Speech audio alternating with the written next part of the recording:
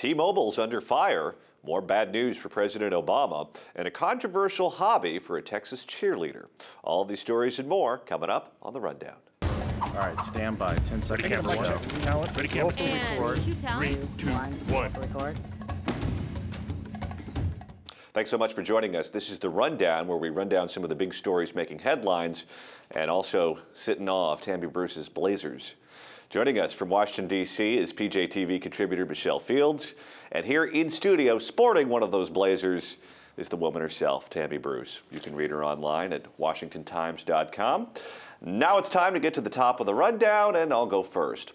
At the top of my rundown, Americans think President Obama is the worst president since World War II. The Quinnipiac University poll released on Wednesday found that 33% of voters think President Obama is the worst president since, get this, 1945.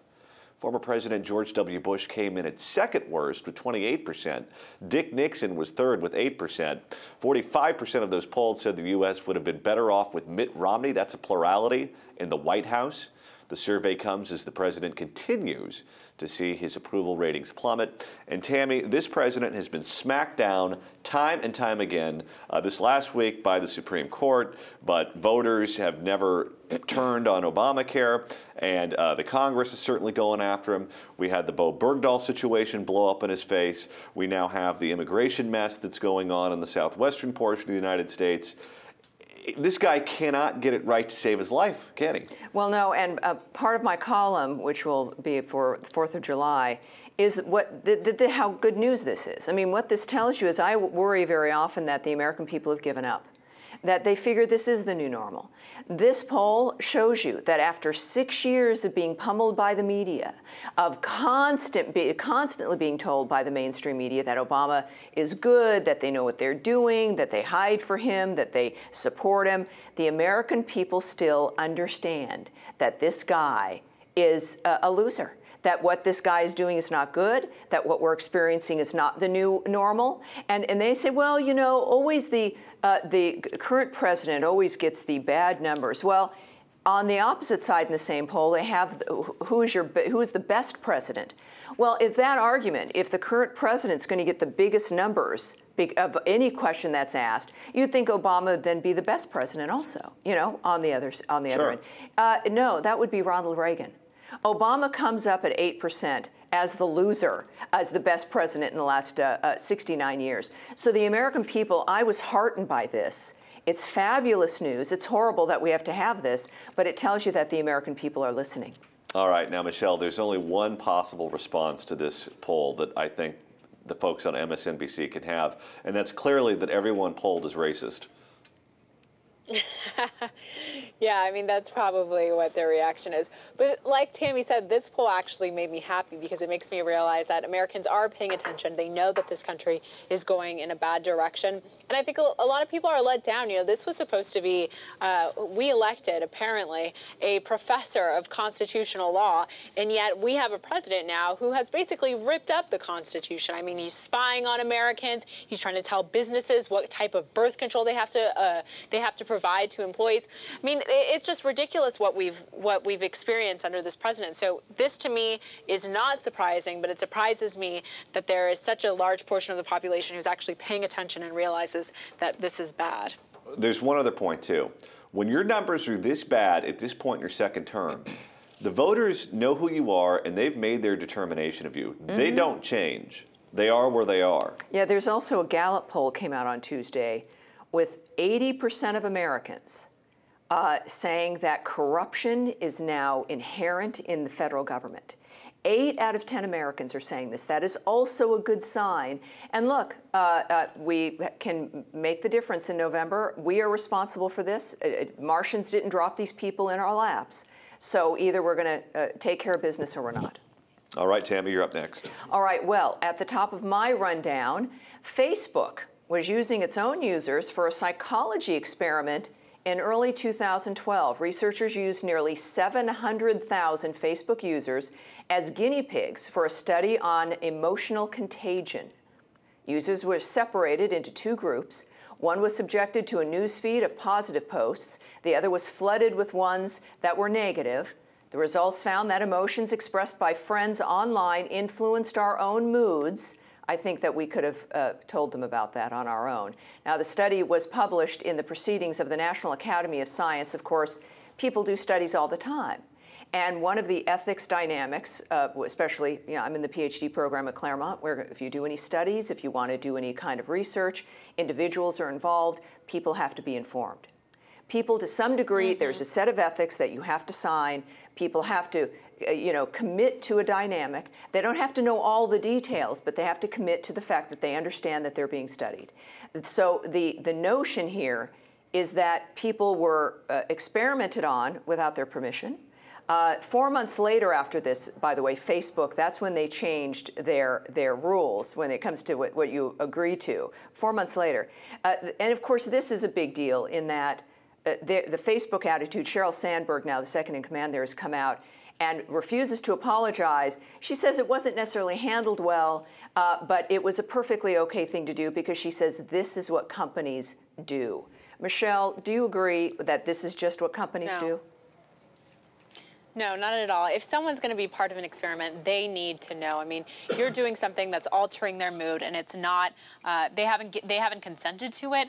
I think that this is terrible policy, and it once again just shows why we shouldn't trust Facebook. Facebook and Google have such a bad reputation, and it's because of this. They're always trying to find ways. How do we? Facebook is always trying to find ways to raise their PR and make them seem better than what they really are, and then they do things like this. This is exactly why people don't like Facebook.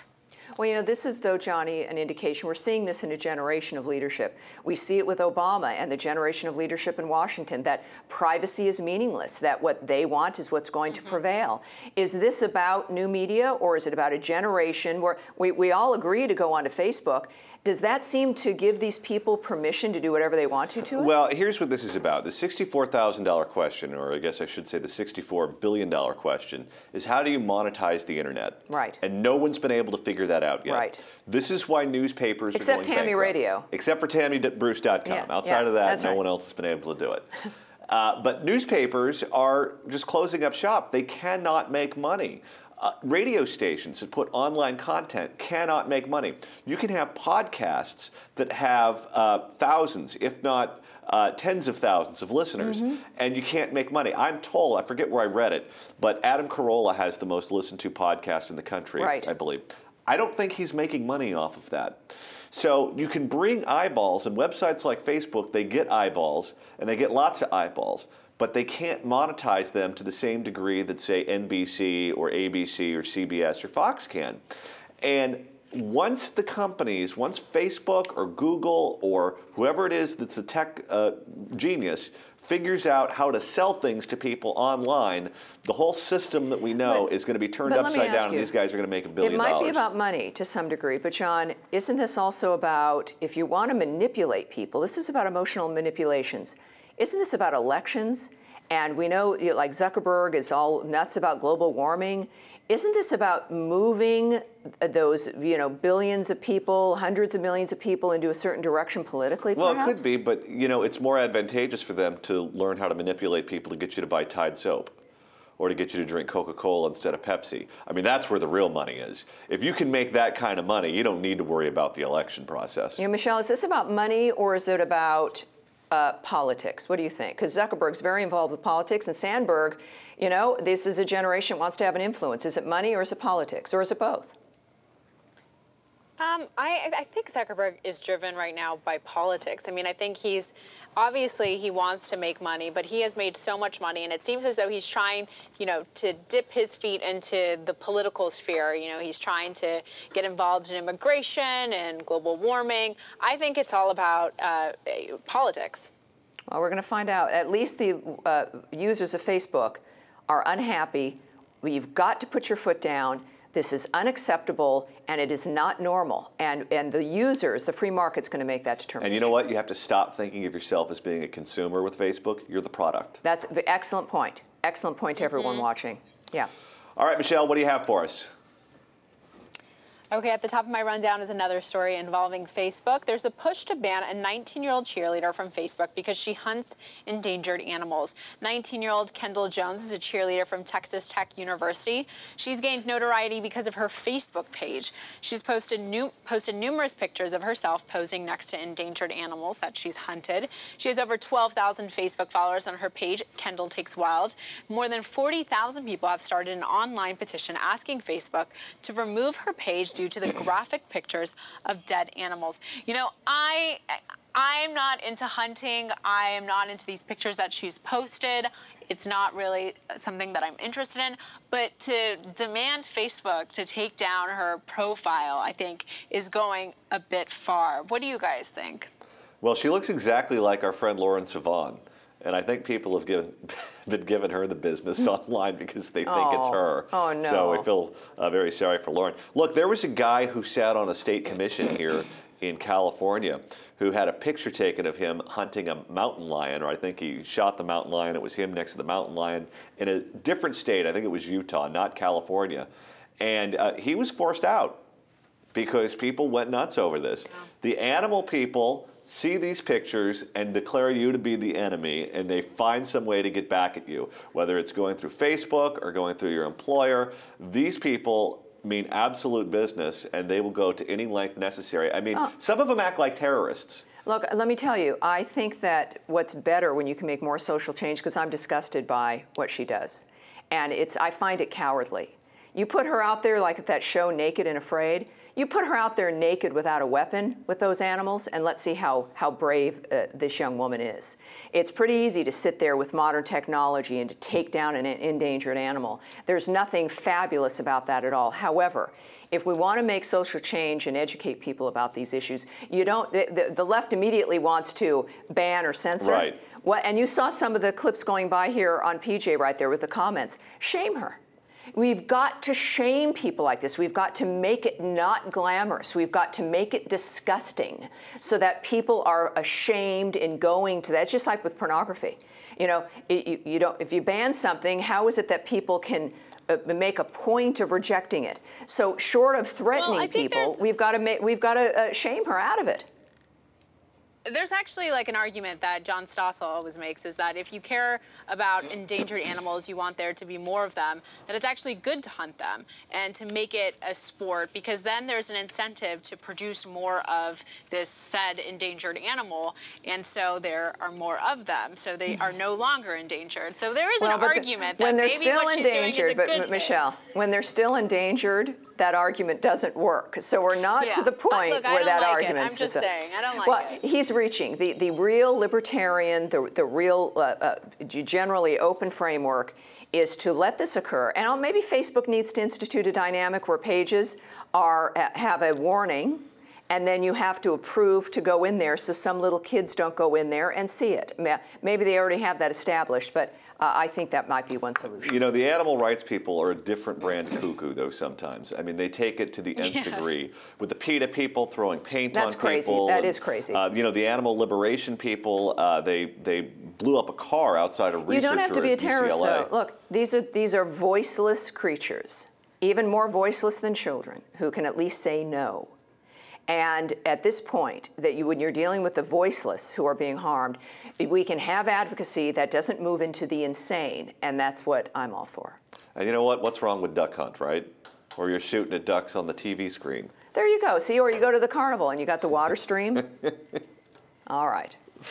All right, now it's time for Zero or Hero. This is where we highlight a person or group that's done something good, or maybe they've been naughty.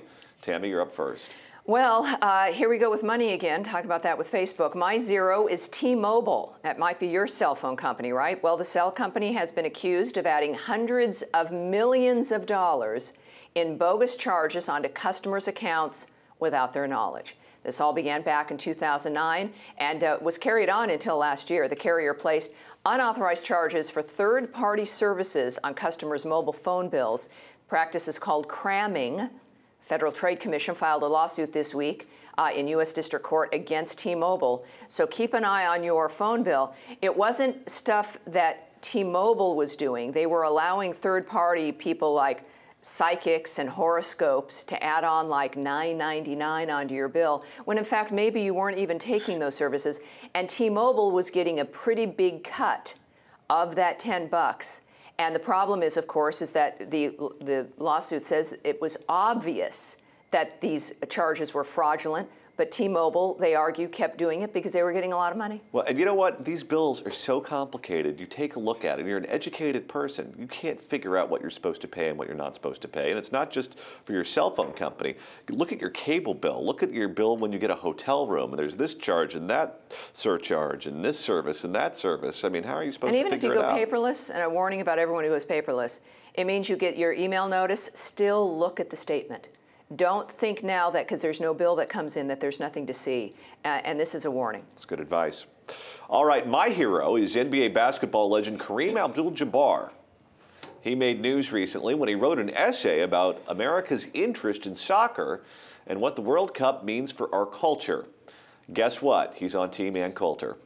The essay was published, as I said, in Time magazine, which means he's on Team John Phillips, because I feel the same way. In it, he says soccer does not seem destined for the popularity that supporters have been predicting for the last decade. He also said that with soccer, there's a lot of movement, but not much action. It lacks drama. He added that soccer doesn't fully express the American ethos and will never be as popular as other sports. I cannot, for the life of me, get into any sport where there's a 0-0 tie and you've just invested 3 hours in that. Oh, it's perfect for socialism, though.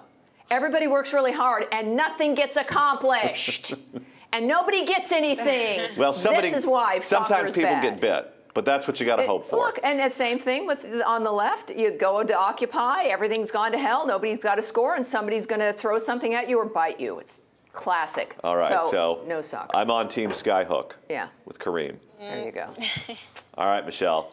You guys are a bunch of negative Nancys. My hero is a soccer player because I like soccer.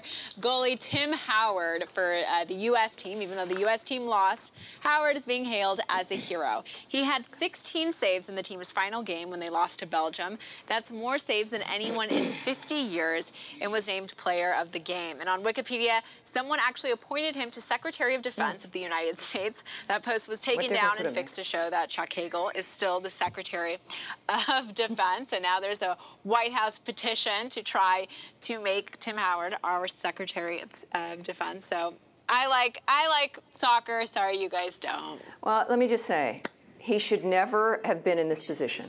The fact that he had to save 16 shots at the basket I know. tells you that everything that is nothing to be like proud of. To have the record a number of times you stop the enemy from getting into your home plate or whatever it is. You know what a lot of people are saying now? How much longer till football season starts? Yeah, I want, add some tackles in, I'm there. All right. Well, that also happens on Black Friday at Target. That's right. Lots of tackling going on there. All right, that's going to do it for today's show. What do you think about Kareem Abdul-Jabbar's thoughts on soccer here in the United States? What about the hunting cheerleader? We want to know what you think, so be sure to leave your comments in the comments section below. I'm John Phillips for Tammy Bruce joining me here in Los Angeles and Michelle Fields in Washington, D.C. Have yourself a very happy 4th of July from all of us here at PJTV. Thanks so much for watching The Rundown.